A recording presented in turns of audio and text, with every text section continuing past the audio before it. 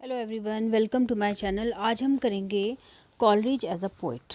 Coleridge belong to an age of great poetic output. Sorry, ये है unit 30, MEG 1 and block 6। Coleridge belonged to an age of great poetic output. There was a sudden efflorescence which lasted for about 30 decades and then withering set in. तो Coleridge जो है ना, वो एक बहुत ही अच्छे ग्रेट पोइट थे। और उनका जो ये जो रोमांटिक पोइट्री थी ना, इसका एफ्लोरेसेंस मतलब इसकी स्टार्टिंग जो है, इसका जो टाइम है वो 30 डेकेड्स है, 30 ईयर्स, 34 ईयर्स बोलते हैं। उसके बाद ये डाउन आना शुरू हो गई थी। To know this phenomena well is in a way to understand Coleridge best. Coleridge उस टाइम के बहुत अच्छे पोइट थे, रोमांटिक टाइम पीरियड के। तो फिनोमेना को समझने के लिए हमें कॉलरिज को भी समझना बहुत ज़रूरी है। Every great writer is linked with the life and thought of the people of his time. तो अगर हमने किसी पोइट को अच्छे से पढ़ लिया, ग्रेट पोइट, उस टाइम के पोइट को अच्छे से पढ़ लिया, तो उस टाइम की समय क्या हमें सब कुछ पता चल जाता है कि किस तरह का वो टाइम था। The renaissance may be taken Renaissance may be taken as the starting point. It was an age of questioning, and so Renaissance हम इसलिए पढ़ रहे हैं ना, क्योंकि इससे पहले रोमांटिक पीरियड से पहले रेनेसां था, तो रेनेसां को समझना की भी बहुत ज़रूरी है। So it was an age of questioning and of self-awareness and self-discovery. Something new was needed and demanded, a new set of values, a new God, so to say. People became aware of the immense potentialities of the human mind. Logical reasoning came as the new tool, as if mysteries of nature could be solved with that, and the proper perspective grown the 17th century brought science towards the materialism. तो यही बता रहे हैं कि renaissance में reasoning पे बहुत ध्यान, लॉजिक पे बहुत ध्यान दिया जाता था, साइंस की बढ़ोतरी हुई है ना। उसके बाद जो मटेरियलिज्म भी बढ़ गया। Sir Isaac Newton revolutionized sorry revolutionized human thought and attitude, and Locke's philosophy tried to explain the universe in terms of logic and material order. The 18th century built the society on these postulates means statements, and glorified order and pattern. The Industrial Revolution brought the assurance of comfort and prosperity. तो 18th century में क्या हुआ, ये जो order है या glorified order या pattern है, ये बहुत ज़्यादा होने लगा। मीन्स ऑर्डर बहुत ज़्यादा होने लगा, पैटर्न बहुत ज़्यादा होने लगा।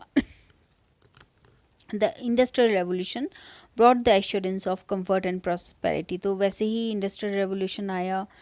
In literature, norms were dug out from ancient classics, and content was confined to the immediate and the tangible. The stress was on form, and the subject matter was limited to that which yielded to reasoning.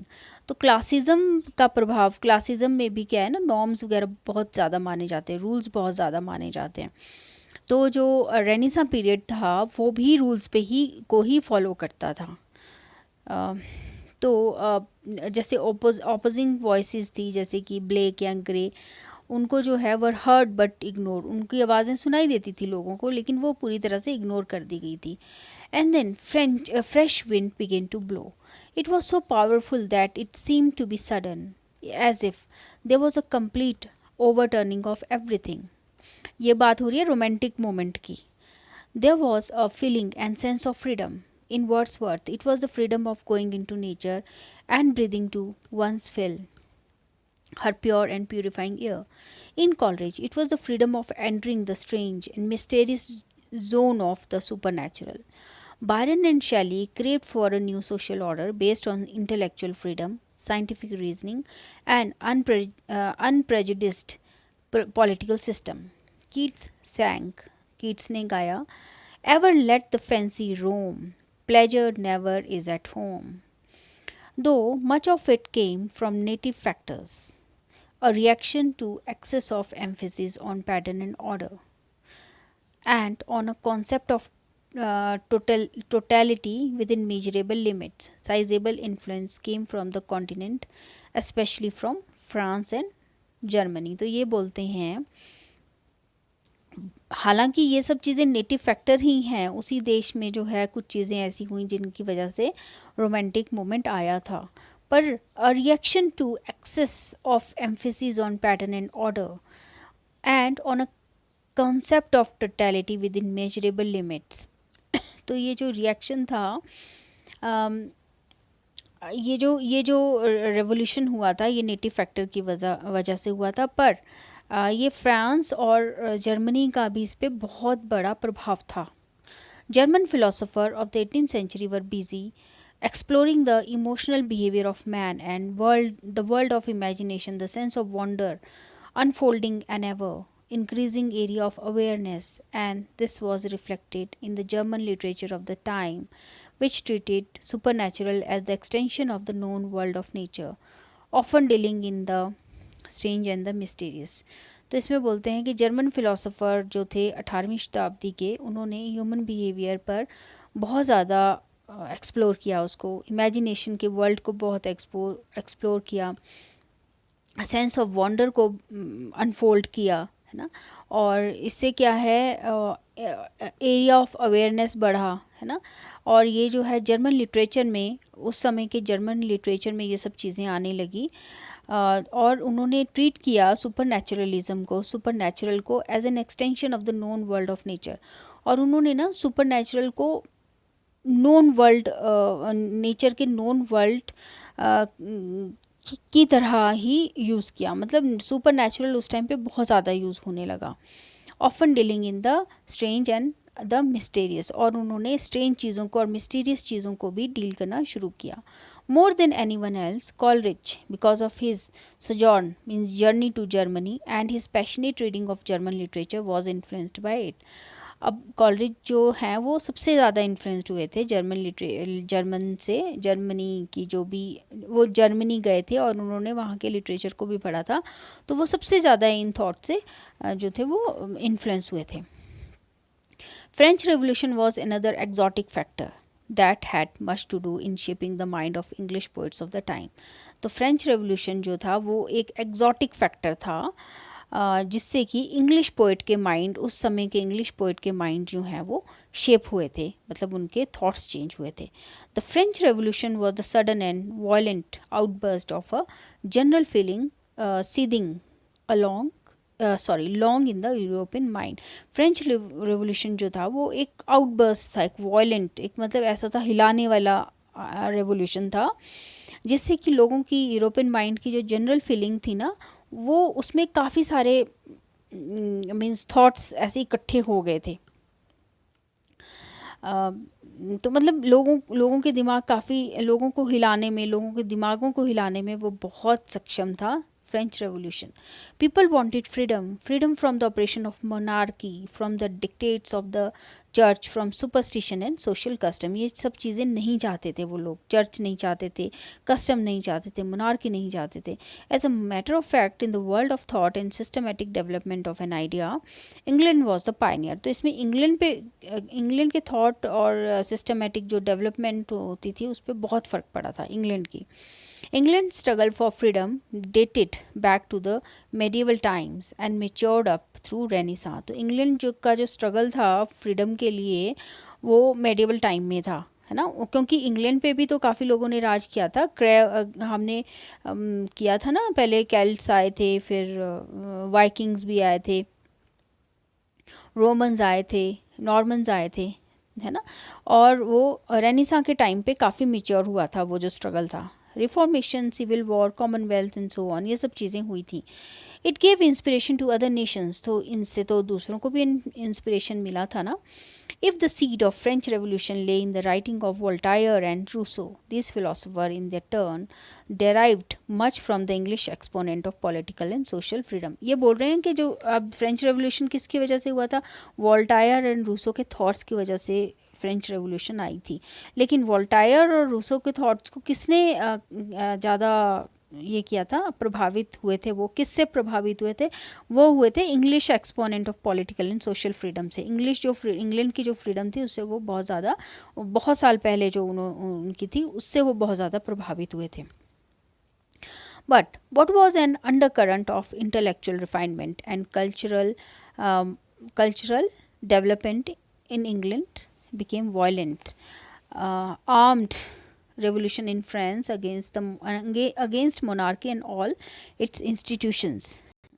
ये बोल रहे हैं कि जो England में ये सब चीज़ें चल रही थी, इंटेलेक्चुअल रिफाइनमेंट थी या कल्चरल डेवलपमेंट थी, जो इंग्लैंड में जो अंदर अंदर सब चल रहा था, वो जो थॉट्स थे वो फ्रांस में जाके तो बहुत ही वायलेंट हो गए। जब रूसो ने और वोल्टायर ने इंग्लैंड के रिफाइनमेंट को, इंटेलेक्चुअल रिफाइनमेंट को या कल्चरल डेवलपमेंट को समझा, तो इनको ये लगा, और उनकी आज़ादी की कहानियाँ सुनी कि वो कैसे आज़ाद हुए, इतने सारे लोगों ने उन पे हमले किए, तो कैसे उस चीज़ से वो निकले। तो उनके दिमाग में जो सब कुछ चल रहा था ना, अंडर करंट था जो कि चल रहा था, वो एकदम से वॉयलेंट या आर्म्ड रेवोल्यूशन में बदल गया फ्रांस में, अगेंस्ट द मोनार्की के against and all it's institution. जितने भी इंस्टीट्यूशंस वहाँ थे, जैसे चर्च वगैरह थे, उनके अगेंस्ट हो गए लोग। Poets and artists of England felt attracted towards it in the beginning. तो शुरुआत में क्या हुआ, जब फ्रांस में ये सब ये फ्रेंच रेवोल्यूशन आया ना, तो जो पोइट्स थे, आर्टिस्ट थे इंग्लैंड के, वो बहुत अट्रैक्टेड हो गए उसकी तरफ शुरुआत में, जैसे कि वर्ड्सवर्थ एंड कॉलरेज भी हुए। Wordsworth and Coleridge went to France to actively participate in the revolution, but seeing the bloody and blind turn it took withdrew from it, though the cardinal ideas that had caused the revolution silently crept into the English mind and brought about a change in life, thought and attitude of the English people. अब क्या हुआ, Wordsworth and Coleridge तो वहाँ गए, उन्होंने participate किया France में, लेकिन ना एक टाइम के बाद ऐसा हुआ कि उनको अच्छा नहीं लगा, जितना वहाँ पे ब्लड शेड हो रहा था उनको अच्छा नहीं लगा, तो अपने देश वापस आ गए। जब वो अपने देश वापस आए ना, लेकिन उन्होंने जो आइडियाज़ थे ना, बेसिक जो आइडियाज़ थे, वो साथ ही लेकर आ गए थे। तो उनके माइंड में वो सब चलते रहे, और उन्होंने क्या सोचा कि उनको चेंज लाना है थॉट में, एटीट्यूड में, लोगों के एटीट्यूड और थॉट में चेंज लाना है इंग्लिश पीपल के। अब क्या था ना, देखो, इंग्लिश लोगों से ही ये चीज़ फ्रांस गई थी, रूसो और वोल्टायर प्रभावित हुए थे, वहाँ पे रेवोल्यूशन आ गया।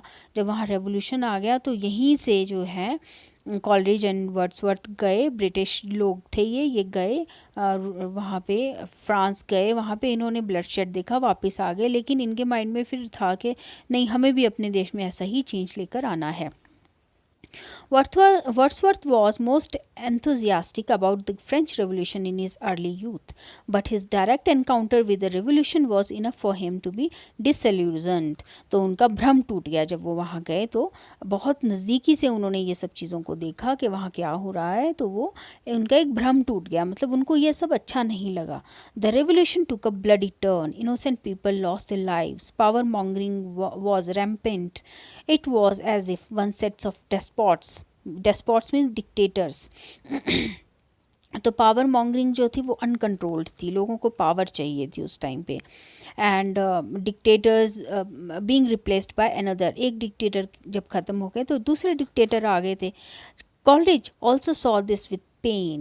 Both of them returned to England, to the soothing English nature, to their love for the native soil and their innate conservatism. कभी ना ख़त्म होने वाला conservatism जो था, उस पे वो वापस आ गए थे। Wordsworth felt that his stay in France was a waste of years. Coleridge felt the same. Coleridge को भी यही लगा कि उन्होंने अपना समय जो है वो पूरा का पूरा बर्बाद कर दिया।